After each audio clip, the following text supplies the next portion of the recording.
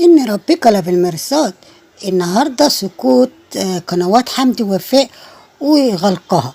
كانوا بيغلقوا قنوات ناس أيام ما كانوا شغالين على اليوتيوب، كانوا بيغلقوا قنوات الناس لما بتنتقدهم في فيديوهاتهم.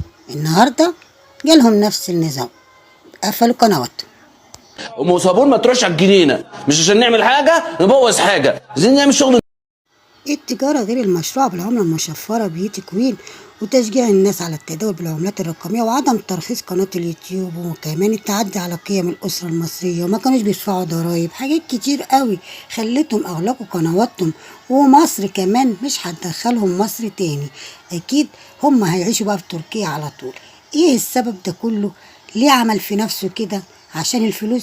ده أنت بتكسب في السنة، تكسب في السنة ملايين الملايين. ده انت مشهور وكنت قنواتك ما شاء الله عليكم بتكسبوا قد كده. ايه السبب اللي عملت كده؟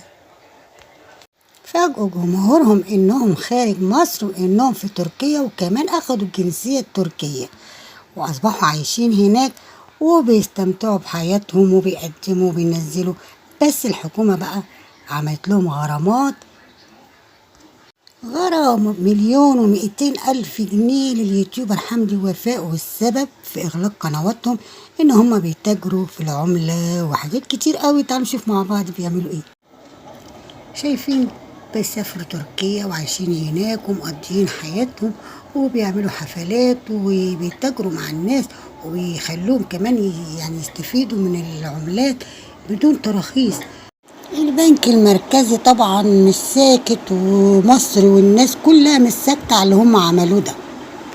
طبعا الحكومة ما ينفعش تسكت، ده هي اصلا عايزاهم عشان ما بيدفعوش ضرايب وبيخلوا بالقوانين المصرية والقوانين اليوتيوب وسارحين ومكبرين دماغهم وعمالين يعملوا تحديات ومهرجانات. وكانوا شغالين على القناة ايه نار نار، وكانوا بيجيبوا كتير مشاهدات وبيكسبوا كتير كتير، كانوا بيكسبوا ملايين الملايين. ومع ذلك طمعوا اكتر وبدأوا يتاجروا في العملة وطبعا مطلوب القبض عليهم بأسرع وقت.